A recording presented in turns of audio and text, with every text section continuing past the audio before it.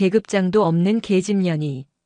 부패 권력의 정점, 중령의 조롱은 그녀의 머리 위에 커피를 쏟아붓는 만행으로 이어졌습니다. 그가 몰랐던 단 한 가지 사실, 그녀는 군의 저승사자라 불리는 3스타 합참차장 중장이었습니다. 이후 펼쳐지는 지옥의 참교육 이야기입니다. 여러분들은 지금 어디에서 어떤 일을 하시면서 청취하고 계신가요? 각자 댓글로 남겨주시면 감사드리겠습니다. 영상 시청하시기 이전에 구독과 좋아요 부탁드립니다. 저희에게 큰 힘이 됩니다. 대한민국 육군 최전방 철원, 포병 여단에 찬바람이 불어 닥치기 시작하던 늦가을 오후였다. 하늘은 낮게 드리워져 금방이라도 눈발을 흩뿌릴 듯한 회색빛이었다. 여단 사령부 건물 뒤편에 자리한 장병 휴게실은 평소 같으면 한낮의 나른함 속에 병사들의 담소가 오가거난 피곤에 지친 간부들이 잠시 눈을 붙이는 고요한 공간이어야 했다. 하지만 오늘은 미묘한 긴장감과 이질적인 침묵이 감돌고 있었다. 그 침묵의 한가운데 창가 가장 깊숙한 자리에 한 여군이 앉아 있었다.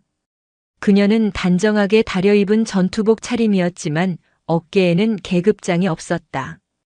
짧게 자른 머리칼은 마치 강철처럼 단단해 보였고 어떤 상황에서도 흔들리지 않을 것 같은 깊이를 알 수 없는 눈동자는 차분하게 부대 안팎의 풍경을 응시하고 있었다.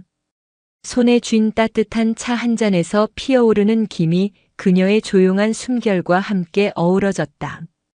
그녀는 마치 자신의 서재에 앉아 책을 읽는 사람처럼 평온하고 여유로운 모습이었다. 육군 역사상 최연소 그리고 최초의 여성 합참차장으로 불리는 윤서아 중장이었다.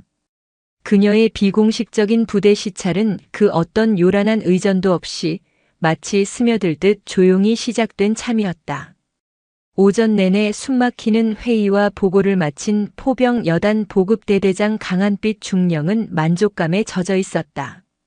그는 육군사관학교를 우수한 성적으로 졸업하고 군내 핵심 요직만을 거쳐 온 엘리트였다. 넓은 어깨와 날카로워 보이는 이목구비는 그의 진짜 모습을 가리기 위한 위장막에 불과했지만 겉모습만으로는 누구도 그의 위세를 감히 넘볼 수 없었다. 부대 내에서 그의 별명은 강포스였다. 처음에는 강한 빛의 강렬한 포스를 의미했을지 몰라도 이제는 강한 빛의 공포 정치를 의미하는 부대원들의 피와 땀으로 새겨진 낙인과도 같았다.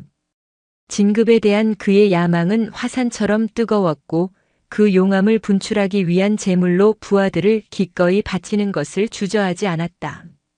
실적과 편의 그 두 가지를 위해서라면 그는 인간이 지켜야 할 최소한의 선 따위는 가볍게 넘나들었다. 강한빛 중령은 잠시 머리를 식힐 겸 청사 1층에 마련된 장병 휴게실로 향했다. 평소라면 이 시간에 텅 비어 있거나 졸고 있는 병사 몇몇이 전부일 공간이었다. 하지만 오늘따라 낯선 정적이자 이질적인 기운이 감돌았다. 그리고 그의 눈에 들어온 것은 창가 가장 좋은 자리에 앉아 여유롭게 차를 마시고 있는 계급장 없는 여군이었다. 지금 여기가 내 집 안방이냐? 이 시간에 이렇게 태평하게 앉아 있을 만큼 한가한 부서가 어디 있다고 감히. 윤서아 중장의 평온한 모습은 강한빛 중령의 심기를 정면으로 건드렸다. 감히 대낮에 대대장이 주관하는 회의가 막 끝난 이 시간에 이런 태평한 태도로 휴식을 취하고 있다니. 어느 부서 소속이길래 저렇게 간이 배 밖으로 나왔지? 신임 소위인가 아니면 새로운 여군무원인가? 강한빛 중령은 자신의 영역이 침범당한 듯한 불쾌감을 느꼈다. 그는 부하들은 물론 심지어 타 부대 간부들에게까지 자신의 위엄을 과시하는 것을 즐겼다. 그는 사냥감을 노리는 포식자처럼 소리 없이 그녀의 등 뒤로 다가섰다. 그의 거대한 그림자가 테이블 위를 덮었지만 여군은 전혀 동요 없이 차잔을 입가로 가져갔다. 그 무심함이 강한빛 중령의 인내심에 불을 질렀다. 어느 부서 소속인가? 얼음장처럼 차가운 목소리가 휴게실의 공기를 갈랐다. 작은 소음마저 얼어붙는 듯 했다. 여군은 그제야 아주 천천히 마치 슬로 모션을 보는 것처럼 고개를 돌렸다. 그녀의 눈빛은 조금의 회피도 없이 강중령의 날카로운 시선을 정면으로 받아냈다. 나이는 40대 중반쯤으로 보였지만 깊이를 알 수 없는 눈동자와 침착한 표정에서는 수많은 풍파를 겪어낸 자의 단단한 내공이 느껴졌다. 실례지만 누구신지 먼저 밝히시는 게 예일 것 같습니다만. 여군의 목소리는 조용했지만 그 안에는 강철 같은 심지가 박혀 있었다. 강한빛 중령은 순간 자신의 귀를 의심했다. 감히 자신에게 누구냐고 되묻다니. 이 부대에 새로 부임한 장교 중 자신의 얼굴을 모르는 자가 있었단 말인가. 그의 얼굴이 분노로 붉게 달아올랐다. 내가 누구냐고? 기가 막혀서 말도 안 나오는군. 제5포병여단 보급대대장 강한빛 중령이다. 다시 묻지 소속과 계급, 성명을 밝히시오. 이 여군 주제에 감히 이 대대장에게 토를 달아?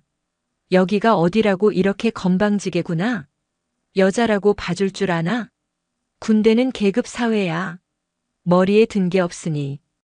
계급장도 안 달고 다니는 건가? 당장 소속과 이름을 대지 않으면 군기문란으로 영창에 처하겠네. 강한빛 중령의 목소리에는 명백한 살기와 함께 여성에 대한 경멸이 담겨 있었다. 그는 여성이 군에 존재하는 것 자체를 못마땅하게 여기는 전형적인 구시대적 사고방식의 소유자였다. 여군은 차분하게 그의 말을 끝까지 들었다. 그리고는 테이블 위에 놓인 자신의 낡은 휴대폰을 가볍게 집어들었다. 그녀의 손가락이 화면을 몇 번 터치하자 휴대폰에서 짧은 영상이 재생되었다. 화면 속에는 강한빛 중령의 운전병인 김주혁 상병이 피곤에 절어 새벽 훈련장으로 향하는 모습, 그리고 이른 아침부터 보급 물자 하역 작업을 하던 박상준 중사가 전투복이 땀에 젖었다는 이유로 강한빛 중령에게 질책을 당하는 모습이 담겨 있었다. 심지어 강한빛 중령이 김주혁 상병에게 냄새 나는 차를 끌고 다니면 기아 빠진 소리밖에 안 들린다. 며 폭언을 퍼붓고 박상준 중사에게는 돼지우리에라도 구르다 왔나? 잠옷을 입고 다니지 그래? 라며 인격 모독적인 발언을 서슴지 않는 장면까지 선명하게 녹화되어 있었다. 강한빛 중령의 미간이 꿈틀거렸다. 영상 속 자신의 모습은 추악하기 그지없었다. 하지만 그는 이 영상이 어떻게 녹화되었는지, 그리고 이 여군이 왜 이런 영상을 가지고 있는지 이해할 수 없었다.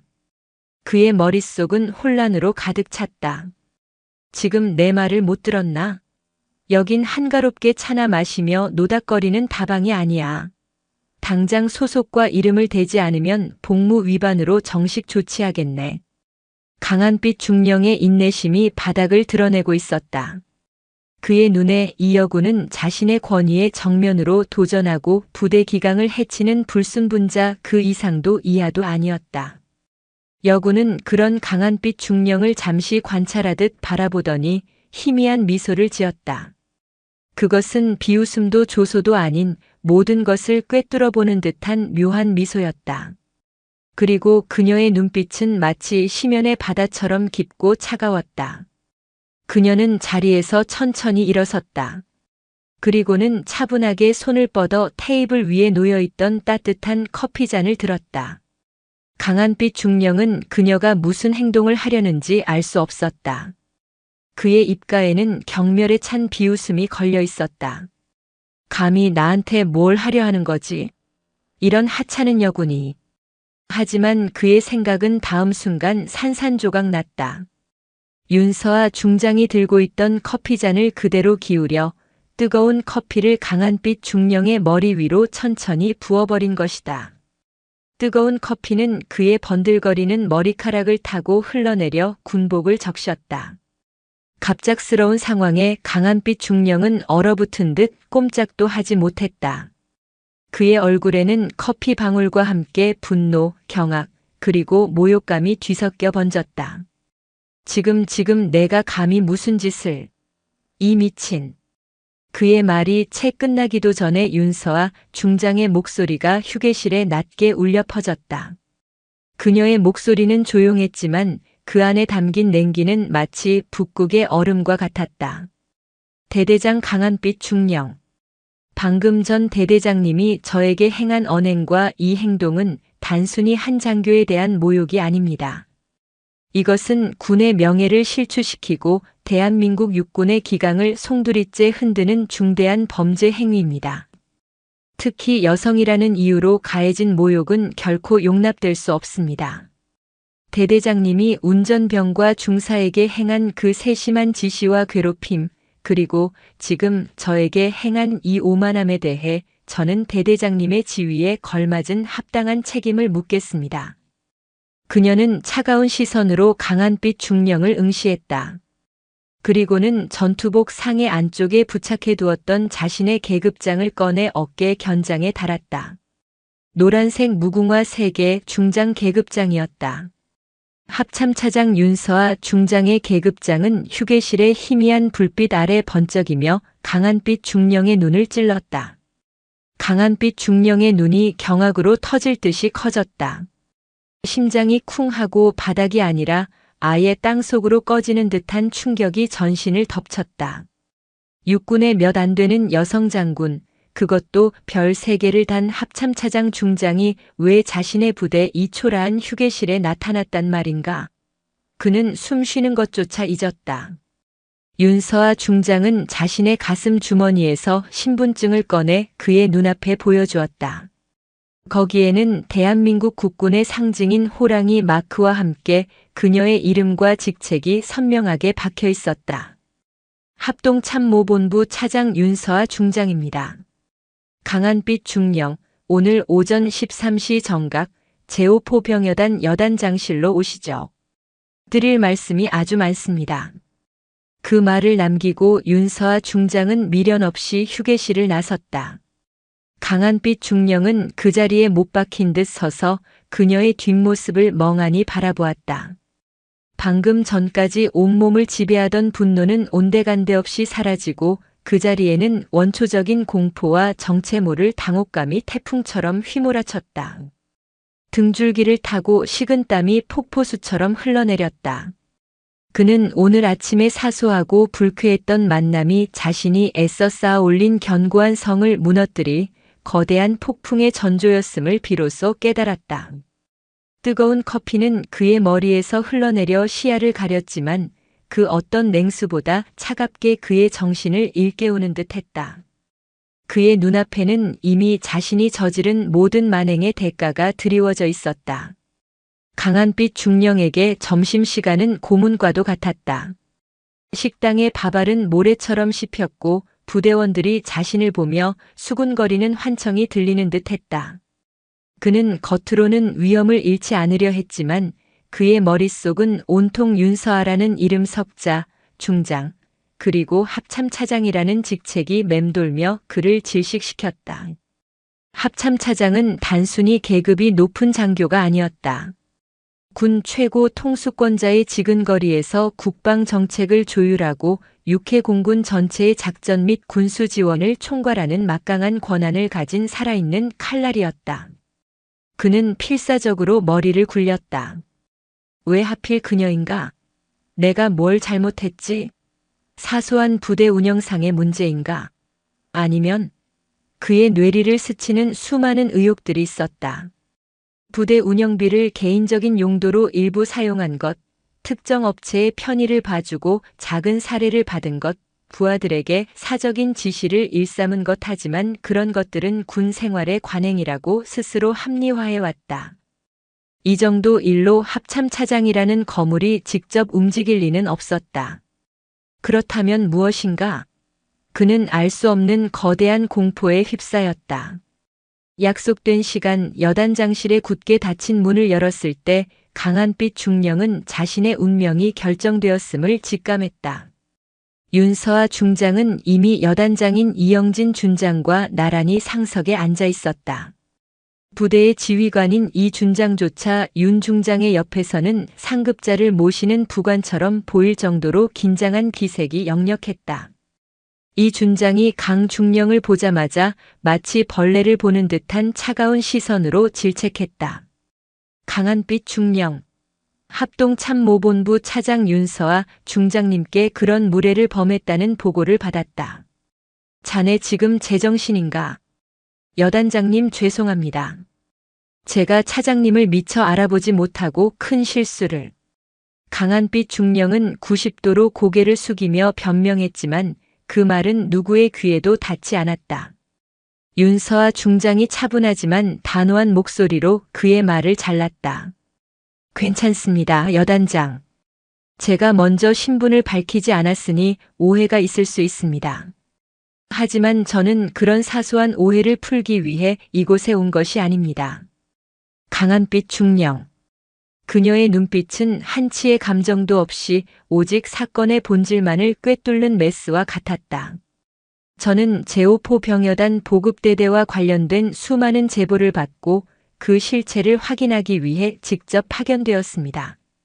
제보 내용은 강한빛 중령께서 지휘하시는 보급대대 내 심각한 복무기강 해이, 상습적인 사적 지시와 인권 침해, 그리고 무엇보다 불투명한 예산 집행과 군수 물품 유용에 관한 것입니다. 강한빛 중령의 얼굴에서 마지막 핏기마저 사라졌다. 그를 정확히 조준하고 온 것이 분명했다. 차장님, 그건 명백한 오해이자 모함입니다. 저희 대대는 항상 변명은 나중에 정식 조사 절차에 따라 들을 기회를 드리겠습니다. 지금 이 시간부로 강한빛 중령의 모든 직무를 정지합니다. 감찰 조사가 끝날 때까지 자택에서 대기하시고 부대 모든 자료와 개인 PC, 휴대폰은 감찰팀에서 압수하겠습니다. 합동참모본부 차장인 중장의 입에서 나온 직무 정지 명령은 그 자리에서 절대적인 효력을 가졌다. 여단장인 이 준장조차 이의를 제기할 수 없는 군 최고 지휘부의 직접적인 명령이나 다름없었다. 강한빛 중령은 그 자리에서 얼어붙었다. 평생을 바쳐 쌓아온 자신의 커리어, 철옹성 같던 권위가 한낱 여군 중장의 말 한마디에 산산조각 나는 것을 무력하게 지켜볼 수밖에 없었다. 그의 선언이 끝나기 무섭게 대기하고 있던 감찰반 요원들이 강한빛 중령의 사무실로 흩어졌다. 그의 모든 서류와 컴퓨터는 증거물 상자에 담겼다. 복도에서 수군거리는 부대원들의 목소리가 그의 귓가를 파고들었다. 그들의 시선 속에는 조롱과 비난, 그리고 억압으로부터의 해방을 기뻐하는 은근한 환호성이 뒤섞여 있었다. 그는 그제야 깨달았다. 자신이 저지른 수많은 만행이 결국 자신을 겨누는 칼이 되어 돌아왔음을. 심판의 서막은 이미 올랐고 그는 그 무대의 가장 비참한 주인공이었다. 그의 머리에서 흘러내린 커피 자국은 마치 오점처럼 얼룩져 있었다. 윤서아 중장은 곧바로 여단장실을 감찰 상황실로 전환했다. 그녀의 지시 한마디 한마디에 감찰팀 요원들의 움직임은 일사불란했다. 그녀는 단순히 강한빛 중령의 개인적인 비리만을 파헤칠 생각은 없었다. 오랜 군 생활 동안 그녀는 작은 부패의 씨앗이 어떻게 거대한 암덩어리로 자라나 군 조직 전체를 갉아먹는지 수없이 목격해왔다. 강한빛 중령의 오만함과 그가 부하들을 대하는 방식은 마치 등 뒤에 거대한 무언가가 있다는 것을 믿지 않으면 나올 수 없는 태도였기 때문이다. 김진영 소령, 운전병 김주혁 상병과 박상준 중사, 그리고 그 외 강한빛 중령에게 피해를 입었던 모든 병사와 간부들을 비공식적으로 면담하십시오. 그들이 강한빛 중령의 비리와 관련하여 알고 있는 모든 것을 빠짐없이 기록하고 특히 사적 지시와 관련된 구체적인 증거, 예를 들어 영수증이나 문자 메시지, 사진 등이 있다면 확보하십시오. 최정원 대위, 대대 회계 장부와 군수 물품 관리 대장을 즉시 확보하여 최근 3년치를 집중 분석하십시오.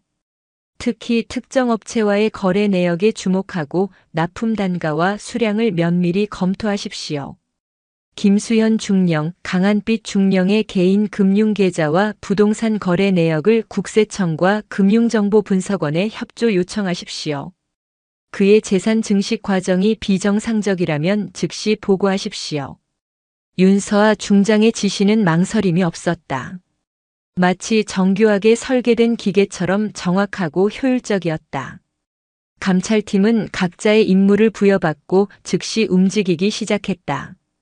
그녀는 강한빛 중령의 비리가 단순한 개인의 일탈을 넘어선 거대한 카르텔의 일부일 것이라고 직감했다. 그리고 그 직감은 틀리지 않았다. 강한빛 중령이 직무정지 명령을 받고 자택으로 돌아간 직후 그의 휴대폰은 쉴 새 없이 울렸다. 그는 떨리는 손으로 전화를 받았다. 수화기 너머에서는 비정하고 차가운 목소리가 들려왔다. 강중령. 이게 대체 무슨 상황인가? 합참 차장이 직접 나섰다니 자네 정말 큰일을 저지른 게로군. 목소리의 주인공은 강한빛 중령의 매형이자 육군본부의 실세로 통하는 정의현 예비역 소장이었다. 그는 수십 년간 군에서 막강한 영향력을 행사해온 인물로 강한빛 중령의 뒤를 봐주며 그의 비호자 역할을 해왔다. 매형 죄송합니다.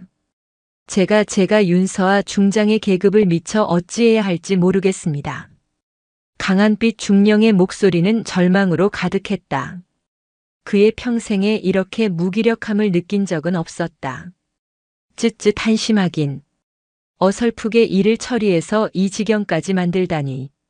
윤서아 그 여자는 만만한 상대가 아니야. 보통 인물이 아니니 합참차장 자리까지 올랐겠지. 하지만 걱정 마라. 아직 내가 건재하다는 것을 보여줄 때가 온 것 같으니. 자네는 일단 입 다물고 내 지시만 따르게. 그들이 뭘 찾아낼 수 있을지 두고 볼 일이야. 정의현 예비역 소장의 목소리에는 여전히 여유와 오만함이 묻어 있었다.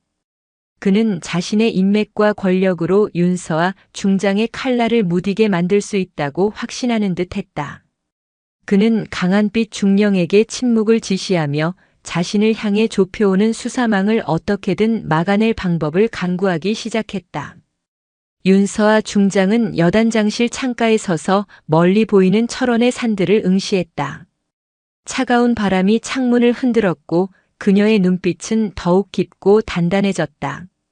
그녀의 감찰은 이제 단순한 개인 비리 수사가 아닌 거대한 부패 세력과의 전면전이 될 것임을 직감했다. 그녀는 어둠 속에서 빛을 찾기 위해 감춰진 진실을 파헤치기 위한 첫 발을 내디딘 참이었다. 그리고 그녀는 알고 있었다. 이 싸움의 승패는 결국 진실의 편에 설 용기 있는 자들이 누구냐에 달려있다는 것을. 강한빛 중령의 비리가 만연했던 제5포 병여단 보급대대, 그 어둠 속에서도 한 줄기 빛을 품고 있던 이가 있었다. 보급대 군수지원과장 이진우 대위였다. 육군사관학교를 우수한 성적으로 졸업하고 투철한 군인 정신과 정의감으로 가득 찬 청년 장교였다. 그는 강한빛 중령의 만행을 육군본부에 고발하기로 피를 토하는 심정으로 결심한 것은 한 달 전의 일이었다. 도화선은 강한빛 중령의 운전병이었던 김주혁 상병이 쓰러진 사건이었다. 김주혁 상병은 연일 계속되는 야간 근무와 새벽까지 이어지는 강한빛 중령의 사적 지시, 그리고 영혼을 파괴하는 비인격적인 폭언에 시달리다 결국 극심한 스트레스로 인한 과호흡 증후군으로 의무실에 실려갔다. 대위님, 저 너무 힘듭니다. 정말 죽고 싶습니다. 차라리 영창을 갔으면 좋겠습니다. 여기서는 하루하루가 지옥 같습니다. 의무실 침대에 누워 어린아이처럼 눈물을 쏟아내는 20대 초반 청년의 모습을 보며 이진우 대위는 주먹을 피가 나도록 불끈 쥐었다. 자신의 부하 하나 지키지 못했다는 자괴감과 강한빛 중령에 대한 참을 수 없는 분노가 그의 온몸을 휘감았다. 그는 더 이상 침묵할 수 없었다. 침묵은 암묵적인 동의이자 비겁한 방관일 뿐이었다. 그날 이후 그는 남몰래 증거를 수집하기 시작했다. 강한빛 중령이 사적으로 지시했던 내용들을 날짜와 시간대별로 꼼꼼하게 기록한 수첩. 부대 물품이 대대장 관사로 반출되는 것을 목격한 동료들의 증언을 몰래 녹취하고 불필요한 사업으로 예산이 낭비된 정황이 담긴 서류들을 복사해 두었다. 그의 책상 서랍 깊숙한 곳에 쌓여가는 자료들은 강한빛 중령의 죄악의 기록이자 이진우 자신의 목숨을 건 도박의 증거물이었다. 하지만 내부 고발은 목숨을 건 도박과도 같았다. 군 조직 내에서 고발자가 어떤 취급을 받는지 그는 너무나도 잘 알고 있었다. 배신자로 낙인 찍히고 남은 군 생활이 가시밭길이 되거나 불명예스럽게 끝날 것이 뻔했다. 그는 며칠 밤낮을 새우며 고뇌했다. 잠 못 이루는 밤, 그는 관물대에 붙여둔 낡은 사진 한 장을 바라보았다. 육사생도 시절 자신에게 군인 정신을 가르쳐 주었던 존경하는 노 교수와 함께 찍은 사진이었다. 그의 흔들리는 마음을 붙잡아 준 것은 사진 속 스승의 가르침이었다.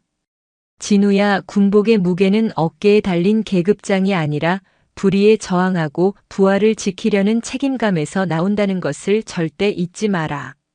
불의를 보고 침묵하는 것은 군인으로서 가장 큰 수치다. 이진우 대위는 마침내 결심을 굳혔다. 그는 모든 증거 자료를 첨부하여 육군본부 홈페이지에 국방헬프에 자신의 실명과 군번을 걸고 신고했다. 전송 버튼을 누르는 그의 손가락은 천근만근처럼 무거웠지만 마음은 오히려 날아갈 듯 가벼웠다. 자신의 군 생활 전부를 건 도박이었지만 그는 더 이상 무너져가는 부대와 고통받는 전우들을 외면할 수 없었다. 그는 어둠 속에서 기꺼이 자신의 몸을 태워 불을 밝히는 하나의 횃불이 되기로 결심했다. 이 용기 있는 제보는 곧바로 합동참모본부 감찰실에 배정되었고 사건의 심각성을 인지한 윤서아 합참차장이 직접 칼을 빼들게 된 것이었다. 그녀는 이진우 대위라는 작은 불씨가 거대한 부패의 제국을 불태울 들불이 될 수 있음을 직감했다. 윤서아 중장은 감찰팀장인 김수연 중령에게 이진우 대위와의 비공식 면담을 지시했다. 김수연 중령은 은밀하게 이진우 대위를 여단 외곽의 한적한 민간 카페로 불러냈다. 김수연 중령은 이진우 대위의 눈을 마주하며 차분하게 말했다. 이 대위, 당신이 겪은 일 그리고 당신의 용기 있는 결단에 대해 깊이 감사드립니다. 윤서아 합참차장님께서 직접 당신의 제보를 보고받고 이번 감찰을 지휘하고 계십니다. 당신의 모든 증언과 증거는 결코 헛되지 않을 것입니다. 우리는 당신과 당신의 가족의 안전을 최우선으로 보호할 것입니다. 그러니 당신이 알고 있는 모든 것을 솔직하게 이야기해 주십시오. 이진우 대위는 김수연 중령의 진심 어린 눈빛에서 진정한 신뢰를 느꼈다. 그는 그동안 자신이 수집했던 모든 자료를 김수연 중령에게 건네었다. 강한빛 중령의 사적인 지시가 담긴 수첩, 특정 업체와의 수상한 거래 내역이 담긴 회계 서류 사본, 김주혁 상병과 박상준 중사 등 피해 병사 및 간부들의 비공식 녹취 파일, 그리고 강한빛 중령의 지시로 부대 물품이 대대장 관사로 반출되는 것을 목격한 증언 등 그 증거들은 강한빛 중령의 죄악을 낱낱이 고발하고 있었다. 특히 이진우 대위는 강한빛 중령의 매형인 정의현 예비역 소장에 대한 충격적인 이야기를 털어놓았다. 강한빛 중령은 항상 자신의 매형인 정의현 예비역 소장을 등에 업고 부대에서 전횡을 일삼았습니다. 심지어 매형의 지시라며 특정 업체인 태성물산과의 계약을 강요하기도 했습니다. 납품 단가가 다른 업체보다 훨씬 높았음에도 불구하고 말입니다. 제가 의문을 제기하자 강한빛 중령은 쓸데없는 소리 말고 매형 지시나 따르라며 협박했습니다. 매형의 지시로 대대 운영비 일부가 태성물산으로 흘러들어간 정황도 포착했습니다. 이진우 대위의 증언은 윤서아 중장의 직감을 확신으로 바꾸었다. 강한빛 중령은 단순한 부패 중령이 아니었다. 그는 거대한 부패 카르텔의 최말단에 불과했다. 그의 뒤에는 정의현 예비역 소장이라는 거대한 그림자가 드리워져 있었고 그 그림자는 태성물산이라는 업체를 통해 군수 물품 조달 과정에 개입하여 부당한 이득을 취하고 있었다. 이들의 비리는 단순히 예산 낭비에 그치지 않고 군의 전투력 약화와 병사들의 사기 저하로 이어지는 심각한 국기문란 행위였다. 윤서아 중장은 이진우 대위의 제보를 통해 확보한 증거들을 바탕으로 즉시 감찰팀 전체를 소집했다. 그녀의 눈빛은 불타는 강철처럼 빛났다. 감찰팀은 이제 단순한 개인 비리를 넘어선 조직적인 부패 카르텔을 마주하고 있습니다. 정의현 예비역 소장과 태성물산의 모든 연결고리를 파헤쳐야 합니다. 국세청과 금융정보분석원과의 긴밀한 협조를 통해 태성물산의 자금 흐름과 정의현 예비역 소장의 개인 계좌를 철저히 추적하십시오. 그리고 강한빛 중령이 태성물산과의 거래 과정에서 어떤 지시를 내렸는지 그 증거를 보강해야 합니다. 그녀는 감찰팀 요원들의 얼굴을 한 명 한 명 응시하며 말했다. 이 싸움은 쉽지 않을 것입니다. 그들은 군내에 깊이 뿌리내린 인맥과 권력을 이용하여 우리를 방해하려 할 것입니다. 하지만 우리는 물러서지 않을 것입니다. 우리는 대한민국 군의 명예를 회복하고 고통받는 병사들의 눈물을 닦아주기 위해 이곳에 왔습니다. 정의는 반드시 승리한다는 것을 보여줍시다. 윤서아 중장의 단호한 의지는 감찰팀 요원들에게도 전이되었다. 그들은 각자의 자리에서 새로운 각오를 다지며 부패 세력과의 전면전을 준비했다. 철원 전방 부대에 드리웠던 어둠의 장막은 이제 서서히 걷히기 시작했고 그 아래 숨겨져 있던 추악한 진실들이 드러날 준비를 하고 있었다. 윤서아 중장은 자신의 주머니에서 작게 접힌 태극기 배지를 꺼내 만져보았다. 그녀는 알고 있었다. 이 싸움은 자신 혼자만의 싸움이 아니라는 것을. 수많은 이들의 희망과 염원이 담긴 거대한 정의의 전쟁이 이제 막 시작된 참이었다. 그녀의 칼끝은 부패의 심장을 향해 예리하게 겨눠졌다. 윤서아 중장의 감찰은 쾌 속으로 진행되는 듯 보였다. 이진우 대위라는 용기 있는 횃불이 어둠을 밝혔고 그 빛을 따라 감찰팀은 부패의 실타래를 하나씩 풀어내고 있었다. 강한빛 중령은 이미 무력화되었고 그의 배후에 있던 정의현 예비역 소장과 태성물산이라는 이름이 수면 위로 떠올랐다. 그러나 윤서아는 알고 있었다. 거대한 악은 자신의 심장이 드러나기 직전 가장 맹렬하게 저항한다는 것을. 정의헌이라는 보이지 않는 손의 반격은 예상보다 훨씬 빠르고 교활하게 시작되었다. 수사망이 자신을 향해 좁혀오고 있음을 직감한 정의헌은 수십 년간 군과 사회 곳곳에 뿌리내린 자신의 인맥이라는 거미줄을 움직이기 시작했다. 그 거미줄은 비열하고 강력했다. 윤서아 중장이 태성물산의 자금 흐름을 추적하기 시작한 바로 다음 날부터 그녀를 향한 조직적인 공격이 시작되었다. 군 내부 익명 커뮤니티와 일부 보수 언론을 통해 악의적인 소문이 융단 폭격처럼 퍼져나갔다. 야심의 눈먼 철의 여인, 존경받는 예비역 장성을 표적 수사하다. 감찰실장의 과거 경력 논란, 특정 파벌을 위한 무리한 수사 아닌가? 여성 장군의 독단, 군의 위계 질서를 무너뜨린다. 기사의 내용은 사실과 거짓을 교묘하게 섞어 윤서아 중장을 개인적인 영달을 위해 군의 원로를 모함하는 부도덕한 인물로 묘사했고 그녀의 성별을 문제 삼아 리더십에 흠집을 냈다. 정의헌이 군 내외에 수십 년간 심어놓은 인맥을 총동원해 버리는 비열한 여론전이었다. 압박은 현실이 되어 돌아왔다. 합동참모본부의 고위급 장성들은 부담을 느끼기 시작했고 국방부 정책실장은 직접 그녀를 호출해 노골적으로 압박했다. 윤 중장 이거 봐. 지금 온 군대가 자네 이야기로 시끄러워. 증거는 확실한 건가? 이렇게까지 시끄럽게 만들어 놓고 아무것도 안 나오면 자네가 모든 책임을 지고 군복을 벗어야 할 거야. 정의현 장군이 어떤 분인가? 군의 원로를 이렇게까지 몰아세우는 건. 동료들의 시선도 싸늘하게 변했다. 그녀를 응원하던 이들조차 한 발짝 물러서는 것이 느껴졌다. 정의를 쫓던 사냥꾼이 순식간에 정치적인 사냥감으로 전락할 절체절명의 위기였다. 어느 날 밤 윤서아 중장의 사무실 전화벨이 섬뜩하게 울렸다. 발신자 번호 표시 제한. 그녀가 수화기를 들자 기계로 변조된 듯한 목소리가 흘러나왔다. 너무 깊이 파고드는군. 젊은 여자가 너무 나대면 다칠 수가 있어. 강한빛 선에서 조용히 덮어. 이건 충고이자 마지막 경고야. 현역 합참 차장을 향한 노골적인 협박. 윤서아는 오히려 차가운 미소를 지었다. 경고 잘 들었습니다. 그리고 저도 한 말씀 드리죠. 당신처럼 군복을 더럽힌 사람이 있다는 사실의 수치를 느끼며 당신 같은 사람들을 모조리 뿌리 뽑기 위해 제 임무를 완수할 겁니다. 당신의 그 보이지 않는 손이 내 목을 조를 수 있을지 아니면 내 칼에 잘려 나갈지 끝까지 한번 해보시죠.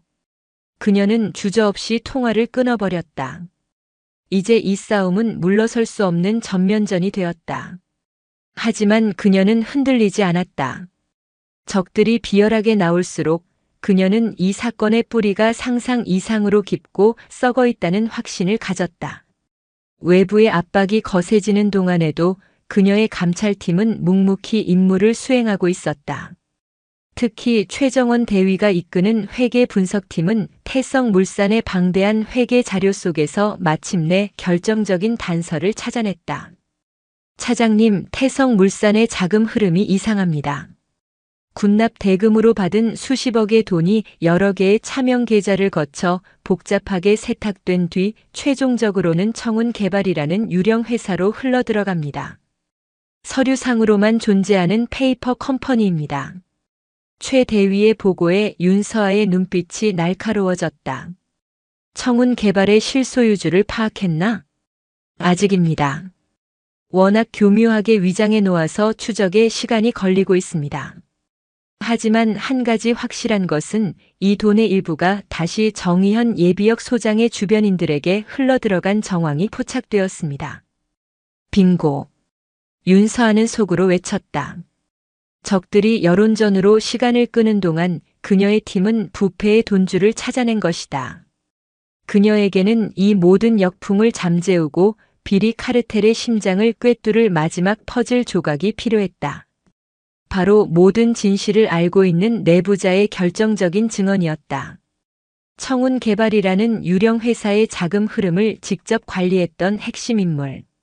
김수현 중령의 정보팀이 며칠간의 잠복과 추적 끝에 그 인물의 신원을 밝혀냈다. 태성물산의 재물을 총괄했던 오진석 과장이었다.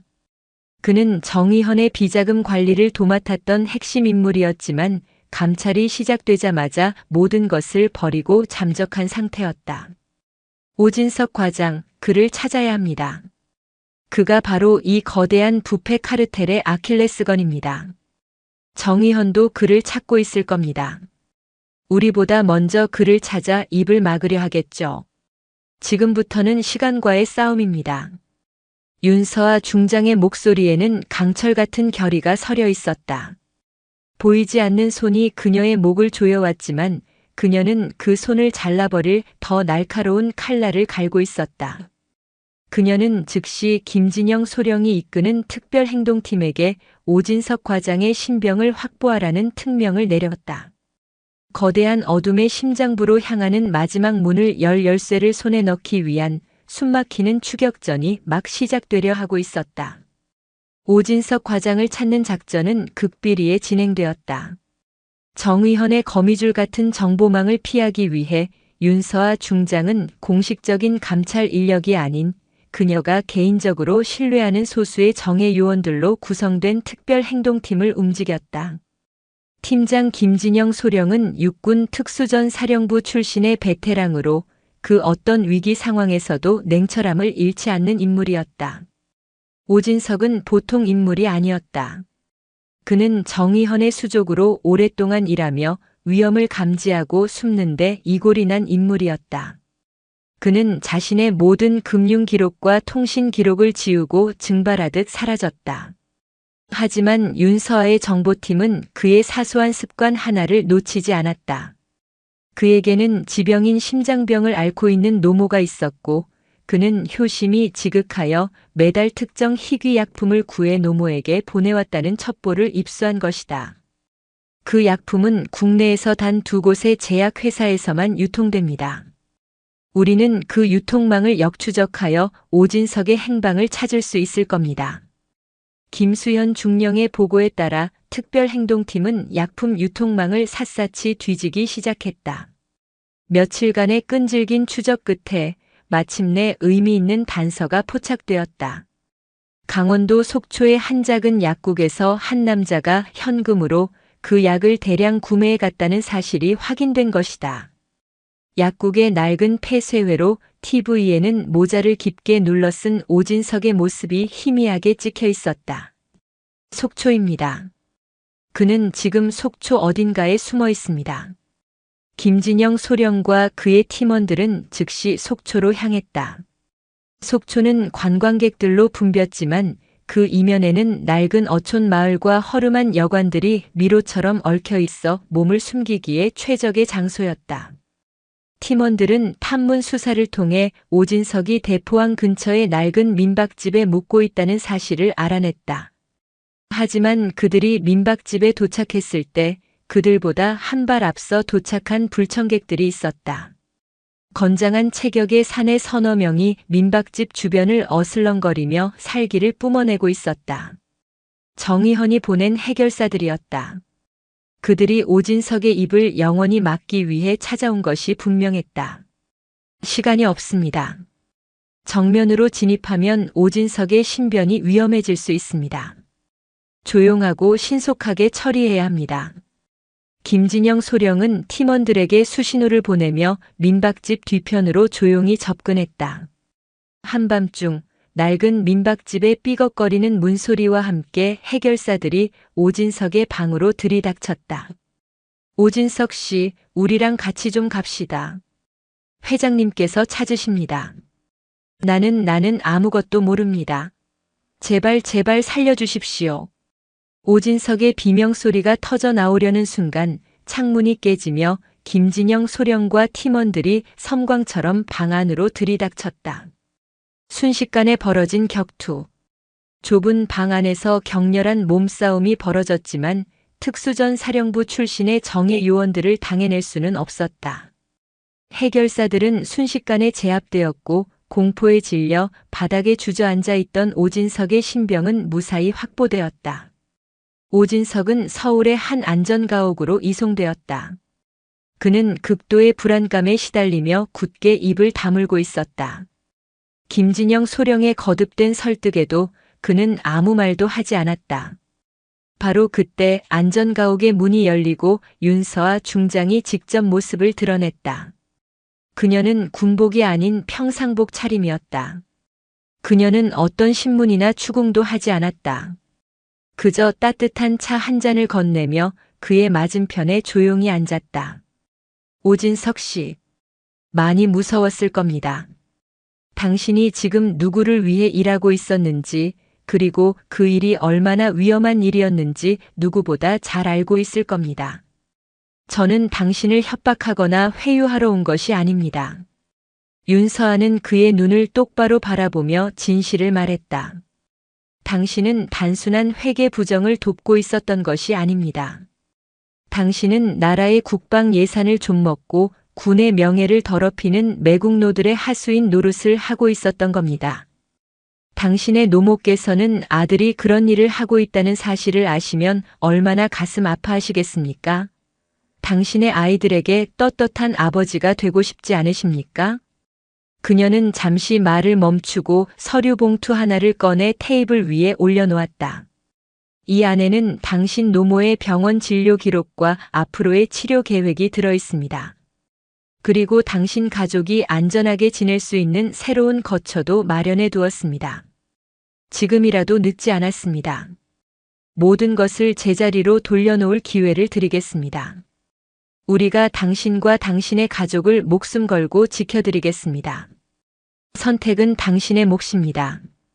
평생을 범죄자의 낙인을 찍고 공포 속에서 숨어 살 것인지 아니면 용기를 내어 진실을 밝히고 새로운 삶을 살 것인지 윤서아 중장의 진심 어린 설득에 오진석의 눈빛이 거세게 흔들리기 시작했다.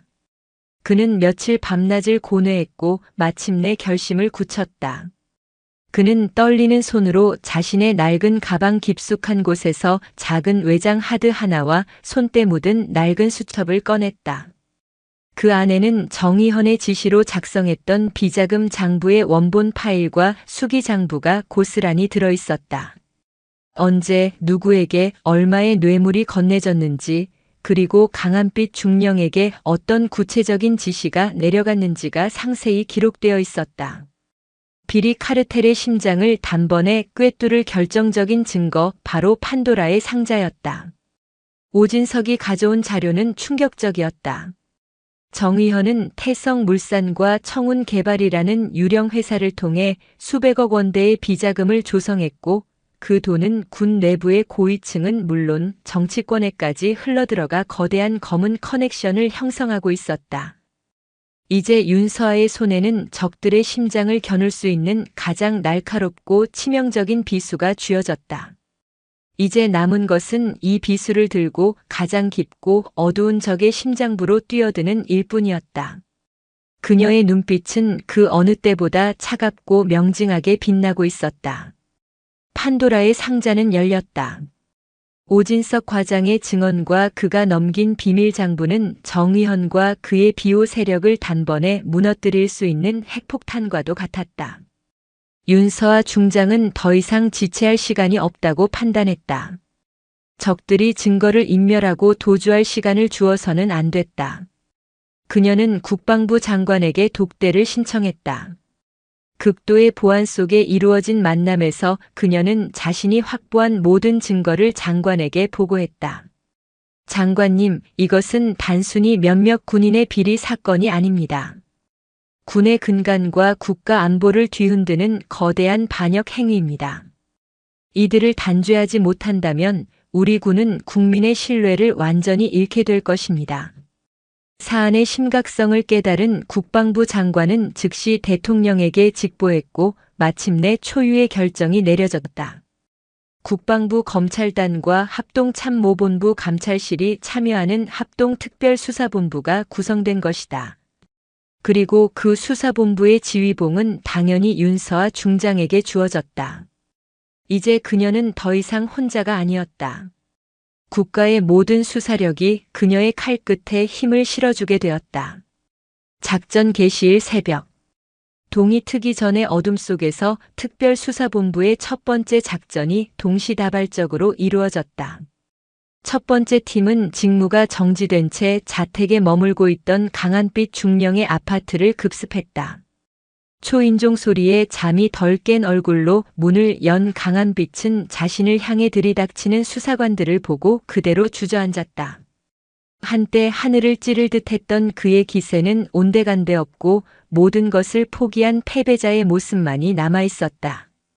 그의 손목에 차가운 수갑이 채워지는 순간 그는 자신의 오만함이 어떤 대가를 치르게 했는지 비로소 깨달았다. 두 번째 팀은 서울 강남의 호화로운 빌딩에 위치한 태성물산의 사무실을 압수수색했다. 수사관들이 들이닥쳤을 때 사무실 안에서는 증거 인멸을 위한 파쇄기 소리가 요란하게 울리고 있었다. 하지만 이미 늦었다. 수사팀은 모든 컴퓨터 하드디스크와 서버, 서류들을 확보했다. 정의헌의 지시를 받아 비자금을 관리하고 뇌물을 전달했던 핵심 임직원들이 줄줄이 체포되었다. 그리고 마지막 가장 중요한 목표. 윤서아 중장은 군 검찰 수사관들과 함께 커넥션의 정점에 있는 인물 정의헌 예비역 소장의 평창동 저택으로 직접 향했다. 동이 터오는 여명 속 웅장한 대문 앞에 선 그녀의 모습은 마치 심판을 집행하러 온 여신과도 같았다. 정의헌은 잠시 당황했지만 이내 특유의 오만한 미소를 지으며 윤서아를 맞았다. 윤 중장, 이른 아침부터 무슨 방문이신가? 나를 체포라도 하러 온 건가? 증거는 있고, 당신 지금 이 행동이 어떤 결과를 가져올지 알고나 하는 짓이야? 윤서아는 아무 말 없이 오진석 과장의 자백이 담긴 영상 파일을 그의 눈앞에 틀었다. 태블릿 화면 속에서 오진석은 정의현에게 어떻게 비자금을 전달했는지, 그리고 그 돈이 어떤 군 고위층과 정치인에게 흘러들어갔는지를 상세히 증언하고 있었다. 이어서 그녀는 오진석이 직접 작성한 비밀 장부를 그의 앞에 펼쳐 보였다. 정의현의 얼굴에서 웃음기가 사라지고 파랗게 질리기 시작했다. 수십 년간 쌓아 올린 그의 철옹성이 한순간에 무너져 내리는 순간이었다. 그는 마지막 발악처럼 소리쳤다. 이게 다가 아니야. 나 혼자 죽을 것 같나? 이 사건이 터지면 군 전체가 뒤집힐 거다. 너도 무사하지 못해. 윤서아는 차가운 눈으로 그를 응시하며 말했다. 그래서 당신 같은 암적인 존재를 뿌리 뽑아야 하는 겁니다. 군 전체가 뒤집히는 한이 있더라도 썩은 부위는 도려내야 새살이 돋는 법입니다. 정의현 씨, 당신을 특정 범죄 가중 처벌 등에 관한 법률 위반, 뇌물수수 및 공여, 횡령 혐의로 긴급 체포합니다. 차가운 수갑이 그의 손목에 채워졌다. 한때 군을 호령했던 거물은 그렇게 무력하게 끌려나갔다. 그날 밤 대한민국은 발칵 뒤집혔다. 전직 고위 장성이 군납 비리와 뇌물수수 혐의로 체포되었다는 뉴스는 모든 언론의 헤드라인을 장식했다. 수사는 걷잡을 수 없이 확대되었고 군과 정치권의 수많은 거물급 인사들이 줄줄이 소환되었다. 대한민국을 좀먹고 있던 거대한 암덩어리가 마침내 그 흉한 모습을 드러낸 것이다. 윤서아는 수사본부 상황실에서 밤을 새우며 작전을 지휘했다. 그녀는 지치지 않았다. 오히려 그녀의 눈은 그 어느 때보다 차갑고 명징하게 빛나고 있었다. 길고 어두웠던 싸움의 끝이 보이기 시작했다. 하지만 모든 것이 끝났다고 생각했을 때 수사팀은 정의현의 비밀 금고에서 압수한 자료들을 분석하던 중 이상한 점을 발견했다. 뇌물 장부와는 전혀 다른 암호화된 파일 하나. 그리고 그 파일의 이름은 단 한 단어, 방패였다. 김수연 중령이 긴급하게 보고했다. 차장님, 이 방패라는 파일을 해독하는 데 성공했습니다. 하지만 내용은 저희가 지금까지 수사해온 군납 비리와는 전혀 다른 종류의 것입니다. 이것은 군사 기밀 유출과 관련된 것으로 보입니다. 그리고 그 중심에는 우리가 전혀 예상치 못했던 군의 가장 은밀한 조직이 연관되어 있는 것 같습니다. 보고를 받는 윤서아 중장의 미간이 좁혀졌다. 정의현이라는 거대한 암초를 제거했지만 그 아래에는 더 깊고 어두운 심연이 도사리고 있었다. 방패. 대체 이 단어는 무엇을 의미하는가? 그녀는 직감했다. 진짜 싸움은 이제부터 시작이라는 것을. 그녀의 싸움은 끝난 것이 아니라 새로운 국면으로 접어들고 있었다. 정의현 예비역 소장의 체포는 거대한 부패 제국의 일부를 무너뜨린 쾌거였지만 윤서아 중장은 승리의 기쁨에 취해 있을 틈이 없었다. 그녀의 책상 위 모니터에 떠있는 단 하나의 단어, 방패. 그 이름의 파일이 품고 있는 내용은 단순한 군납 비리의 차원을 아득히 넘어서고 있었다. 그것은 국가 안보의 심장을 겨누는 비수이자 군의 가장 깊은 곳에 도사린 악성 종양의 존재를 알리는 끔찍한 경고였다. 파일의 암호를 해독한 김수연 중령의 얼굴은 창백하게 굳어 있었다. 상황실의 공기는 무겁게 가라앉았다. 차장님, 믿을 수가 없습니다. 이것은 단순한 비자금 장부가 아닙니다. 화면에는 최첨단 미사일 유도 장치의 설계도, 동해상에서 활동하는 아군 잠수함의 음문 데이터, 그리고 차세대 스텔스 전투기 부품의 재원까지 대한민국의 국방을 지탱하는 핵심 군사 기밀들이 고스란히 담겨 있었다. 그리고 각 기밀 옆에는 해외 무기상들의 이름과 거래 금액으로 보이는 숫자들이 적혀 있었다. 정의현은 이 거대한 반역 행위의 자금 세탁과 물자, 조달을 돕는 연락책에 불과했던 것이다. 더욱 충격적인 것은 파일 안에 기록된 이름들이었다. 국군정보사령부정보사의 전현직 고위 간부들, 방위사업청의 핵심 실무자들, 심지어 여당 국방위원회 소속 국회의원의 이름까지 거미줄처럼 얽혀 있었다.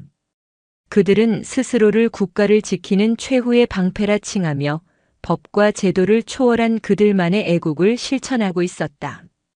그들의 논리는 간단했다.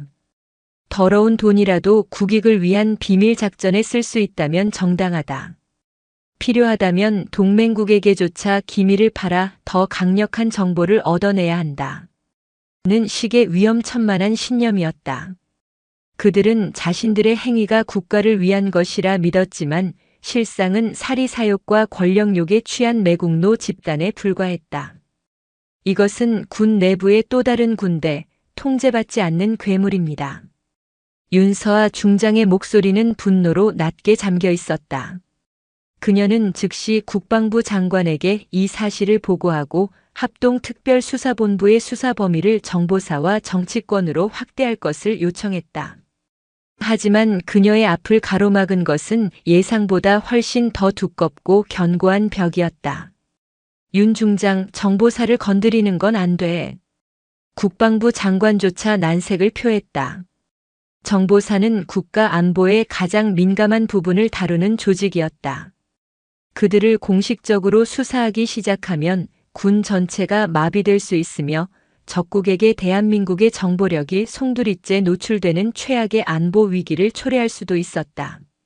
수사의 칼날이 무뎌지면 이 나라는 안에서부터 썩어 무너질 겁니다. 장관님, 결단을 내려주십시오. 자네의 충정은 알겠지만 이건 너무 위험해. 방패의 수장으로 지목된 서진철, 그는 전설적인 인물이야. 군 원로들 사이에서 그의 영향력은 상상을 초월해. 섣불리 건드렸다간 자네 목이 먼저 날아갈 걸세. 서진철. 그는 수십 년간 정보사에서 활약하며 수많은 비밀 공작을 성공시킨 입지전적인 인물이었다. 비록 예편했지만 그의 영향력은 여전히 정보사 내부에 깊이 뿌리박고 있었다. 그는 방패라는 이름의 사조직을 만들어 군과 정치권의 괴물들을 규합한 배후의 설계자였다. 공식적인 수사가 벽에 부딪히자 윤서아는 전공법이 아닌 다른 길을 택해야만 했다. 뱀을 잡기 위해 굴을 파헤치는 대신 굴 입구에 불을 피워 뱀이 스스로 기어나오게 만들어야 했다. 그녀는 방패의 자금 흐름과 인적 네트워크를 다시 한번 샅샅이 훑었다. 그러던 중 서진철과 해외 무기상 사이에서 연락책 역할을 하는 한 인물을 특정했다. 전직 정보사 요원이자 현재는 무역업자로 위장 활동 중인 최판규였다. 김진영 소령, 지금부터 최판규를 24시간 밀착 감시한다. 그의 모든 동선을 파악하고 누구를 만나는지, 어떤 대화를 나누는지 모두 기록해야 한다. 단 절대 들켜서는 안 된다. 상대는 우리와 같은 훈련을 받은 전문가들이야. 김진영 소령이 이끄는 특별행동팀은 즉시 최판규의 뒤를 밟기 시작했다. 며칠간의 숨막히는 미행과 감시. 최판규는 한치의 빈틈도 보이지 않는 노련한 요원이었다. 그는 수시로 대포폰을 바꾸고 여러 대의 차량을 이용하며 추적을 따돌렸다. 그러던 어느 늦은 밤 마침내 최판규가 움직였다. 그는 인천항에 불 꺼진 부두, 사람의 발길이 끊긴 낡은 창고로 향했다. 무언가 중요한 접선이 이루어질 것이 분명했다. 팀장님, 내부에서 열 감지 신호가 다수 포착됩니다. 최소 10명 이상입니다. 최판규 외에 다른 인물들이 미리 와서 대기하고 있었습니다. 팀원의 보고에 김진영 소령의 등골이 서늘해졌다. 뭔가 이상하다. 너무 조용해. 이건 마치 우리를 기다리고 있었던 것 같지 않나? 그의 말이 끝나기 무섭게 창고 주변에 설치되어 있던 강력한 서치라이트 수십 개가 일제히 불을 밝히며 김진영 소령과 팀원들이 숨어있던 위치를 대낮처럼 비췄다. 동시에 창고의 육중한 철문이 열리며 검은 복장의 사내들이 총구를 겨눈 채 쏟아져 나왔다. 스피커를 통해 기계적으로 변조된 음성이 부두 전체에 울려 퍼졌다. 윤서아 중장의 개들아, 함정인 줄도 모르고 잘도 기어들어왔구나. 너희 주인에게 전해라. 감히 방패를 건드린 대가가 무엇인지 이제부터 똑똑히 보여주겠다고. 사방이 포위된 절체절명의 위기. 김진영 소령과 팀원들은 자신들이 사냥꾼이 아니라 사냥감이었다는 사실을 깨달았다. 방패의 그림자는 그들의 생각보다 훨씬 더 깊고 거대했다. 그들은 이미 윤서아의 모든 움직임을 손바닥 보듯 꿰뚫고 있었던 것이다. 전원 즉시 퇴로를 확보하고 응전하라. 김진영 소령의 외침과 동시에 인천항의 낡은 부두는 순식간에 전쟁터로 변했다. 사방에서 총알이 빗발쳤다. 방패 소속의 요원들은 단순한 해결사들이 아니었다. 그들은 정보사에서 가장 혹독한 훈련을 받은 정예 요원들로 살상 기술과 전술적 움직임은 김진영의 팀과 대등하거나 그 이상이었다. 제기랄. 저놈들 우리 움직임을 다 읽고 있어. 팀원 하나가 컨테이너 뒤에 몸을 숨기며 외쳤다. 특별행동팀이 어떤 엄폐물로 이동하든 적들의 총알은 마치 유도탄처럼 정확하게 날아왔다. 그들은 이 지형을 완벽하게 숙지하고 있었고 윤서아 측의 전력과 전술까지 분석하고 대비한 것이 분명했다. 이대로는 전멸이다. 연막탄을 터뜨리고 3번 루트로 탈출한다. 김진영 소령은 허리춤에서 연막탄을 뽑아 던졌다. 자욱한 연기가 시야를 가리는 순간 팀원들은 약속된 경로를 따라 썰물처럼 흩어졌다. 하지만 적들은 끈질겼다. 연막 속에서도 총구의 불꽃이 번쩍였고 팀원 하나의 팔에서 피가 터져나왔다. 부상자 발생. 어모해. 숨막히는 교전 끝에 김진영과 그의 팀은 간신히 포위망을 뚫고 현장을 벗어날 수 있었다. 값비싼 대가를 치른 후였다. 팀원 2명이 부상을 입었고 그들이 타고 온 차량은 벌집이 되었다. 무엇보다 그들은 적의 실체는커녕 꼬리조차 잡지 못했다. 완벽한 패배였다. 그들은 덫에 걸린 쥐였고 방패는 그들을 비웃으며 놓아준 것에 불과했다. 안전가옥에 복귀한 김진영 소령의 보고를 받는 윤서아 중장의 얼굴은 얼음장처럼 차가웠다. 죄송합니다, 차장님. 적들에게 완벽하게 농락당했습니다. 아니다. 자네들 잘못이 아니야. 내가 상대를 너무 얕봤다. 그들은 우리 수사팀 내부에 정보원을 심어 놓았거나 감찰실 전체를 감청하고 있을 가능성이 크다. 그녀의 예측은 틀리지 않았다. 그 같은 시각 서울 모처의 비밀스러운 벙커에서 방패의 수장 서진철은 인천항의 교전 상황을 실시간으로 보고받고 있었다. 그는 중후한 외모에 온화한 미소를 띠고 있었지만 눈빛만은 얼음처럼 차가웠다. 윤서아 과연 명성대로 호락호락하지 않군. 하지만 너무 올곧은 칼은 부러지기 마련이지. 이제 2단계 계획을 실행하게. 저 여자에게 자신이 믿는 정의가 얼마나 허약한 것인지 깨닫게 해줘야지. 서진철의 반격은 상상을 초월하는 것이었다. 그는 윤서아를 직접 공격하는 대신 그녀가 가장 중요하게 여기는 명예와 신뢰를 송두리째 무너뜨리는 방법을 택했다. 며칠 뒤 한 보수 언론사를 통해 충격적인 단독 보도가 터져나왔다. 단독 현직 합참차장, 군사기밀 유출 혐의 포착 합동특별수사본부, 내부 감찰 착수. 기사의 내용은 경악스러웠다. 윤서아 중장이 방패 파일을 해독하는 과정에서 얻은 군사기밀 중 일부를 외부로 유출했으면 그 증거가 확보되었다는 것이었다. 기사와 함께 공개된 증거는 윤서아 중장의 개인 컴퓨터에서 외부 서버로 기밀 파일이 전송된 로그 기록과 그녀의 목소리로 자료는 잘 받았나? 약속한 대가는 언제쯤이라고 말하는 내용이 담긴 녹취 파일이었다. 말도 안 돼. 이건 조작입니다. 김수연 중령이 외쳤다. 로그 기록은 해킹으로 조작된 것이 분명했고 녹취 파일은 목소리를 교묘하게 짜깁기하거나 인공지능 기술을 이용해 만든 딥페이크일 가능성이 높았다. 하지만 대중과 언론, 그리고 그녀를 의심의 눈초리로 보던 군 상층부에게는 그런 기술적인 해명보다 자극적인 증거가 더 중요했다. 여론은 순식간에 뒤집혔다. 철의 여인으로 불리던 그녀는 하루아침에 군사 기밀을 팔아먹은 매국노로 전락했다. 국방부는 들끓는 여론에 등 떠밀려 그녀를 모든 직위에서 해제하고 합동특별수사본부의 수사 대상에 올렸다. 정의를 집행하던 칼날이 이제는 자신의 목을 겨누게 된 것이다.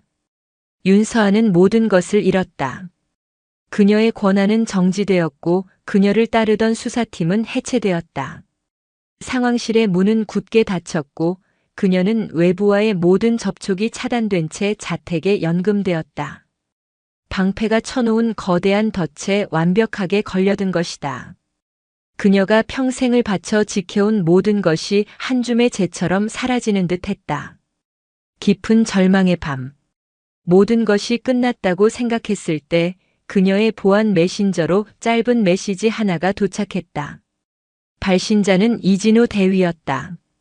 강한빛 중령의 비리를 처음 고발했던 그녀가 유일하게 외부와 소통할 수 있도록 비밀리에 연락책으로 남겨두었던 인물이었다. 차장님 살아계십니까? 무엇이든 명령만 내려주십시오. 저는 아직 차장님을 믿습니다. 메시지를 보는 윤서아의 눈에 아주 오랜만에 뜨거운 것이 차올랐다. 그녀는 아직 혼자가 아니었다. 비록 손발이 모두 묶였지만 그녀에게는 아직 어둠 속에서 기꺼이 횃불이 되어줄 한 사람이 남아있었다. 그녀는 결심했다. 이대로 무너질 수는 없다고. 공식적인 수사권도 지휘권도 없지만 그녀는 싸움을 멈추지 않을 것이다. 그녀는 떨리는 손으로 답장을 보냈다. 이 대위, 지금부터 자네에게 극비 임무를 부여한다. 이것은 군의 명령이 아닌 내 개인적인 부탁이다. 자네의 인생이 위험해질 수도 있다. 그래도 따라와 주겠나? 잠시 후 망설임 없는 답장이 돌아왔다. 죽음이라도 함께하겠습니다. 가장 깊은 어둠 속에서 윤서아의 반격은 이제 막 시작되려 하고 있었다. 모든 것을 박탈당한 윤서아는 자신의 서재를 비밀 작전 상황실로 만들었다. 공식적인 라인은 모두 막혔지만 그녀에게는 아직 충성을 맹세한 몇몇의 사람들이 남아 있었다. 해체된 수사팀의 핵심 멤버였던 김수연 중령과 김진영 소령은 상부의 감시를 피해 비밀리에 그녀와 접선했다. 그들은 이제 공식적인 군인이 아닌 진실을 위해 싸우는 그림자 부대였다. 그들이 나를 올가맨 증거는 모두 조작된 것입니다. 하지만 그 조작의 근거가 되는 원본 데이터는 분명 어딘가에 존재할 겁니다. 그 원본을 찾아야만 이 누명을 벗고 방패의 실체를 드러낼 수 있습니다. 김수연 중령이 노트북 화면을 가리키며 말했다. 그들이 조작한 서버 접속 로그를 역추적해보니 발신지가 국군 체육부대 서버로 위장되어 있었습니다. 하지만 그건 위장일 뿐 진짜 데이터가 오가는 곳은 다른 곳일 겁니다.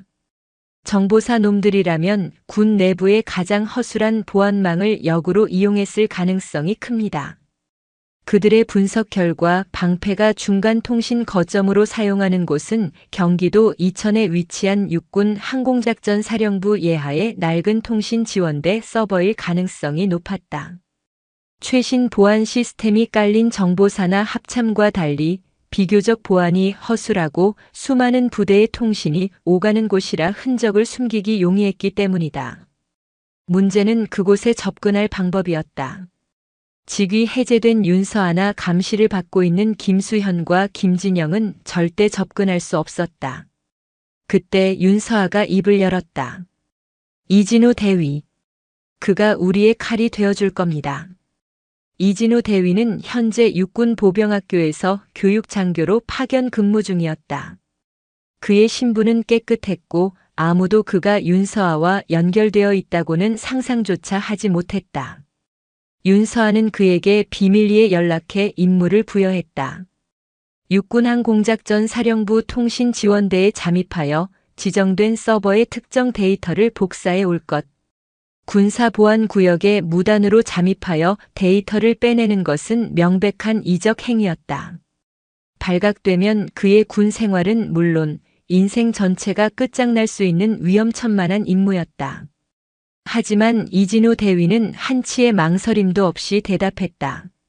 제가 가겠습니다. 며칠 뒤 이진우 대위는 휴가를 내고 이천으로 향했다. 그는 등산객으로 위장한 채 부대 주변의 지형을 꼼꼼히 살폈다. 김수현 중령은 위성사진과 부대 배치도를 분석하여 가장 취약한 침투 경로를 그에게 전달했고, 김진영 소령은 비상 상황 시의 탈출 계획을 세웠다. 작전은 모두가 잠든 깊은 밤에 시작되었다.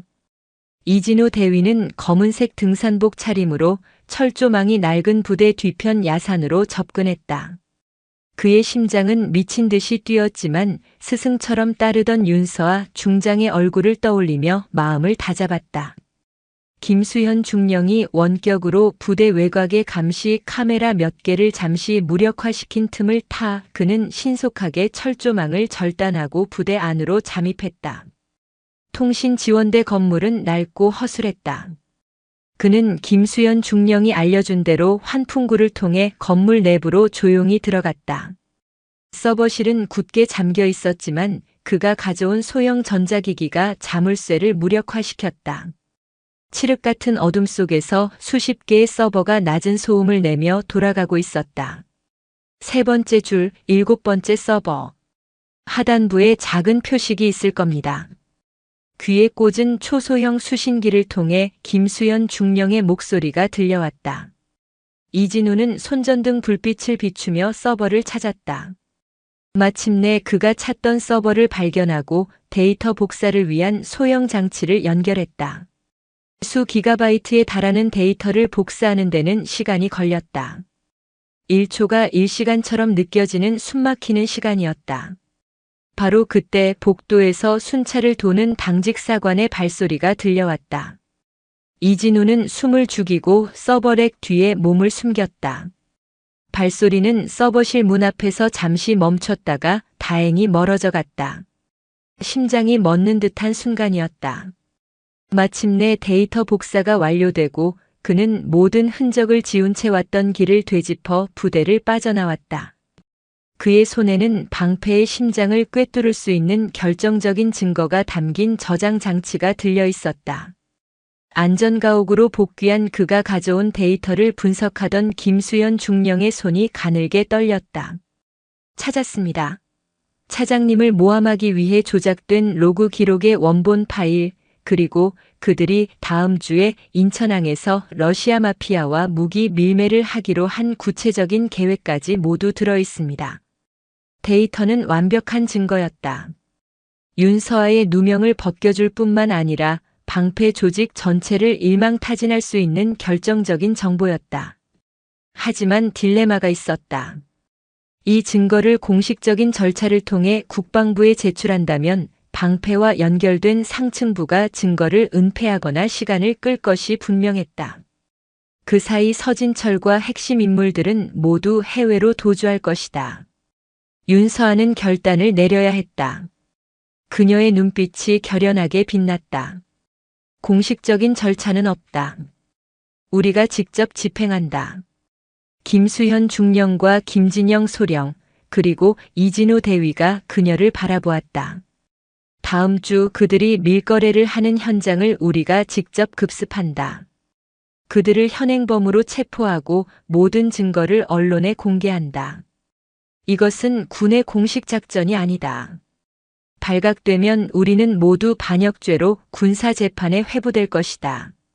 어쩌면 살아남지 못할 수도 있다. 하지만 이것이 무너진 정의를 바로 세울 유일한 길이다. 그녀는 자신의 작은 팀을 둘러보았다. 비록 소수였지만 그들의 눈에는 두려움이 아닌 불굴의 의지가 타오르고 있었다. 지금부터 우리는 군인이 아니다.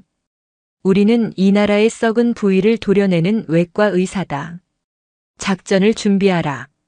어둠 속에서 시작된 그들의 반격은 이제 거대한 폭풍이 되어 부패의 심장을 향해 움직이기 시작했다. 그들의 앞을 가로막는 것이 무엇이든 더 이상 물러설 곳은 없었다. 작전명 아스트라이아. 그리스 신화 속 정의의 여신의 이름을 딴 이 작전은 군의 공식 기록 어디에도 존재하지 않는 오직 네 사람의 심장에만 새겨진 작전이었다. 그들의 비밀 안전가옥은 무기고이자 최후의 성전이었다. 김진영 소령은 자신의 옛 특수부대 시절 인맥을 총동원해 비공식적으로 구해온 최신의 소음기와 야간 투시경, 비살상용 특수탄 등을 점검했다. 김수현 중령은 노트북 여러 대를 동시에 운용하며 인천항 주변의 모든 통신망과 CCTV를 해킹하여 그들의 눈과 귀를 만들고 있었다. 이진우 대위는 굳은 얼굴로 권총을 분해하고 조립하며 난생 처음 겪어볼 실전의 무게를 견디고 있었다. 작전 개시 1시간 전 윤서아 중장은 지도 앞에 선 채 마지막 브리핑을 시작했다. 그녀의 목소리는 조용했지만 그 어떤 확성기 소리보다 네 사람의 심장을 강하게 울렸다. 우리의 목표는 단 하나, 방패의 수장 서진철을 포함한 핵심 인물들을 밀거래 현장에서 현행범으로 체포하고 반역의 증거가 담긴 물품을 확보하는 것이다. 교전은 최대한 피한다.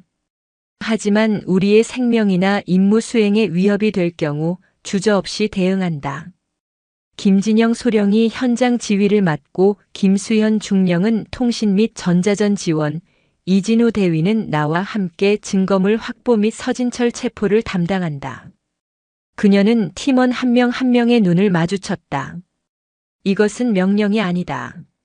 나 윤서아라는 한 개인이 여러분에게 드리는 마지막 부탁이다. 지금이라도 늦지 않았다. 이 문을 나서는 순간 우리는 돌아올 수 없는 강을 건너게 된다. 누구든 원치 않으면 지금 말해도 좋다. 아무도 대답하지 않았다. 그들의 눈에는 두려움이 아닌 역사를 바꾸려는 자들의 결연한 의지만이 불타고 있었다. 김진영 소령이 대표로 입을 열었다. 차장님, 저희는 군복을 입은 순간부터 이미 이 목숨을 국가에 바쳤습니다. 하지만 썩어 빠진 탐욕에 바칠 목숨은 없습니다. 차장님께서 이끄시는 정의에 바칠 수 있다면 더 없는 영광입니다. 그들의 심장은 하나였다. 윤서아는 조용히 고개를 끄덕였다. 그녀의 가슴 속 깊은 곳에서 뜨거운 무언가가 차올랐다. 그녀는 평생을 외로운 싸움을 해왔지만 지금 이 순간만큼은 혼자가 아니었다. 작전 당일 밤 인천항 제7부두는 굵은 가을비와 함께 칠흑 같은 어둠에 잠겨 있었다. 거대한 컨테이너들이 거인들의 무덤처럼 즐비했고 바닷바람은 쇠와 기름 냄새를 실어 날랐다. 김수현 중령이 해킹한 CCTV 화면 속으로 약속된 시간이 되자 검은색 고급 세단 여러 대가 부두 안으로 미끄러지듯 들어왔다. 잠시 후 항구의 어둠 속에서 육중한 선체 하나가 유령처럼 나타났다. 낡은 어선으로 위장했지만 흘수선이 비정상적으로 낮은 것으로 보아 특수 화물을 가득 실은 러시아 선박이었다. 차량에서 내린 남자들은 방패의 수장 서진철과 그의 핵심 요원들이었다. 그들은 우산을 든 채 선박에서 내리는 러시아 마피아들과 접선했다. 거래가 시작되었다. 한쪽에서는 최첨단 미사일 유도 체계가 담긴 특수 케이스가, 다른 한쪽에서는 수백억 원대의 금괴가 담긴 돈 가방이 교환되었다. 대한민국의 안보가 헐값에 팔려나가는 반역의 현장이었다. 작전 개시. 안전가옥에서 모든 상황을 지켜보던 김수현 중령의 나지막한 목소리와 함께 부두 곳곳에 잠복해 있던 윤서아의 팀이 움직이기 시작했다. 김진영 소령과 그의 옛 부하들로 구성된 소수의 타격팀은 소음기가 달린 총을 든 채 그림자처럼 흩어졌다. 퍽 하는 둔탁한 소음과 함께 외곽을 경비하던 방패의 요원들이 소리 없이 쓰러져 나갔다. 윤서아와 이진우 대위는 컨테이너 더미를 은폐물 삼아 거래 현장의 심장부로 조용히 접근했다. 이진우 대위의 손에는 총 대신 고성능 캠코더가 들려 있었다. 이 모든 반역의 현장을 하나도 빠짐없이 기록하는 것이 그의 임무였다. 뭔가 이상한 낌새를 챈 것 같습니다. 서둘러야 합니다. 김수현 중령의 다급한 목소리가 들려왔다. 서진철은 동물적인 감각의 소유자였다.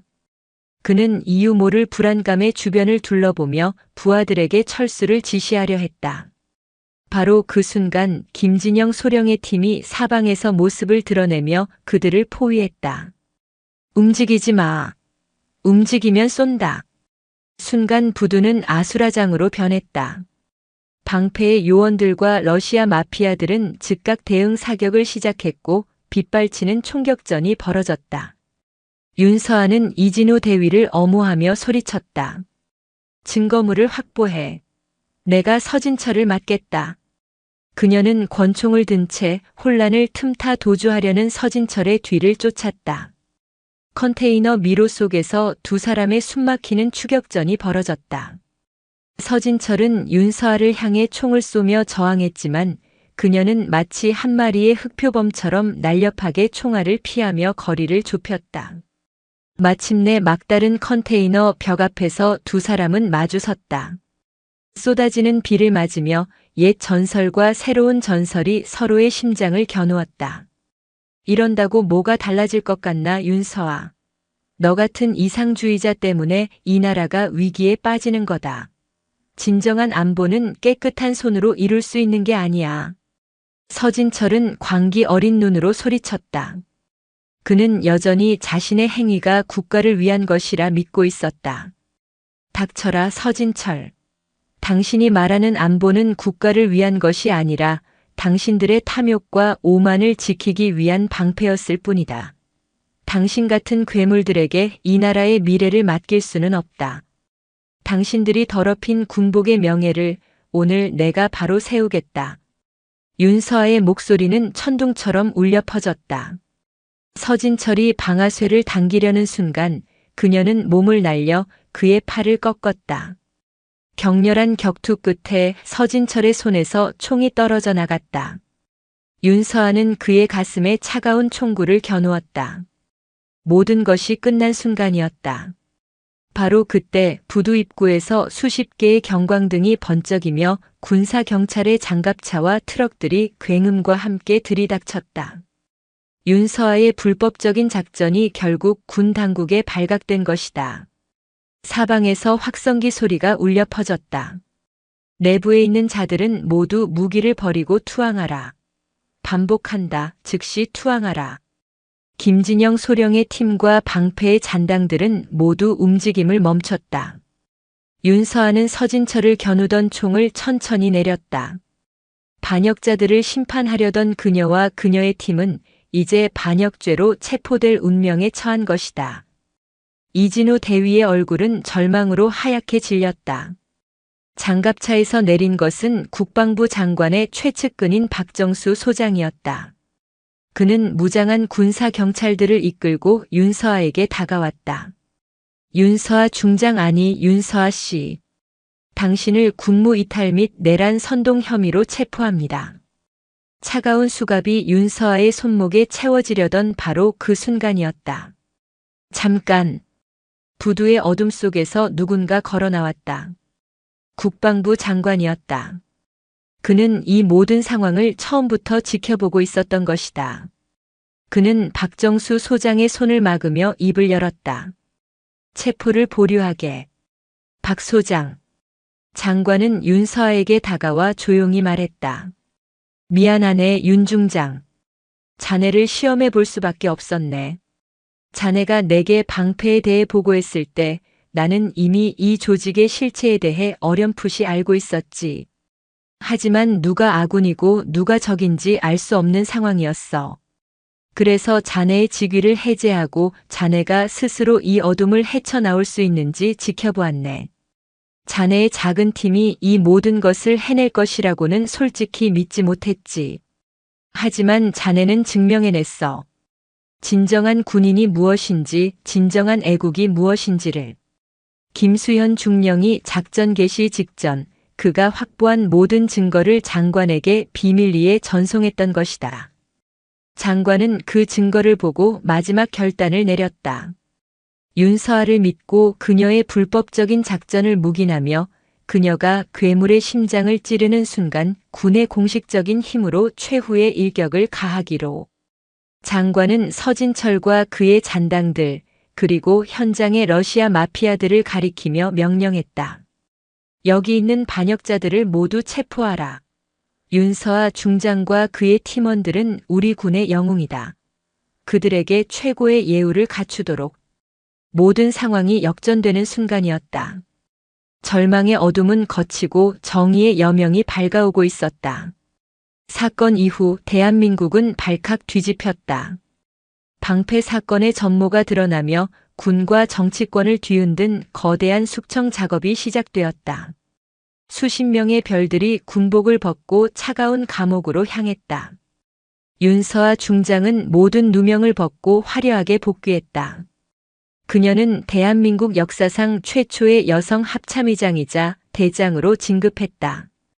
이진우 대위는 그 공로를 인정받아 소령으로 특별 진급했고 김진영과 김수현 역시 군의 핵심 요직으로 발탁되었다.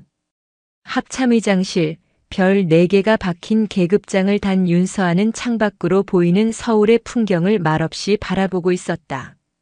길고 길었던 싸움은 끝났다. 하지만 그녀는 알고 있었다.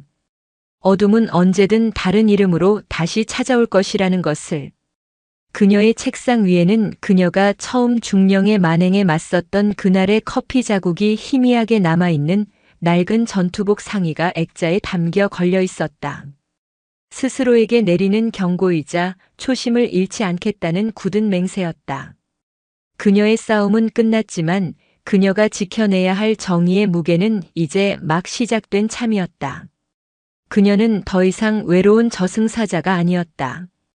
그녀는 절망의 시대의 대한민국 군이 선택한 희망의 상징, 그 자체였다. 창밖으로 보이는 대한민국의 하늘은 그 어느 때보다 맑고 푸르렀다. 영상이 유익하셨다면 구독과 좋아요, 댓글까지 부탁드리겠습니다.